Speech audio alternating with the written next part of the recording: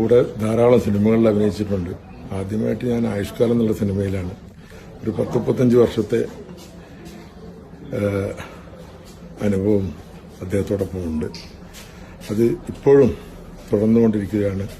അദ്ദേഹം സുഖമല്ലാതെയായി രണ്ടാമത് വന്ന് ഈ അമ്മയുടെ പ്രോഗ്രാമിനെല്ലാം എല്ലാ പരിപാടിക്കും അദ്ദേഹം പങ്കെടുക്കാറുണ്ട്. അപ്പോഴൊക്കെ തന്നെ അദ്ദേഹം പഴയ കൂട്ടുകാരോടൊക്കെ എല്ലാം നർമ്മമായിട്ട് തന്നെ ഇടപഴകുകയും വളരെ സന്തോഷത്തോടെ പെരുമാറുന്ന ഒരു വ്യക്തി കൂടിയാണ്. പിന്നെ അദ്ദേഹത്തിൻ്റെ ആശയങ്ങൾ അല്ലെങ്കിൽ അദ്ദേഹത്തിൻ്റെതായിട്ടുള്ള ആശയങ്ങളും കാര്യങ്ങളും എവിടെയും തുറന്നു പറയുന്ന ഒരു വ്യക്തി കൂടിയാണ് അദ്ദേഹം.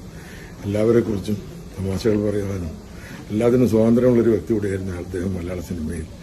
അദ്ദേഹത്തിൻ്റെ വേർപാട് മലയാള സിനിമയ്ക്കും കേരളക്കരയ്ക്കും മലയാളികളുള്ള എല്ലാവർക്കും തന്നെ ദുഃഖമാണ്. ആ ദുഃഖത്തിൽ ഞാനും എൻ്റെ കുടുംബവും പങ്കുചേരുന്നു.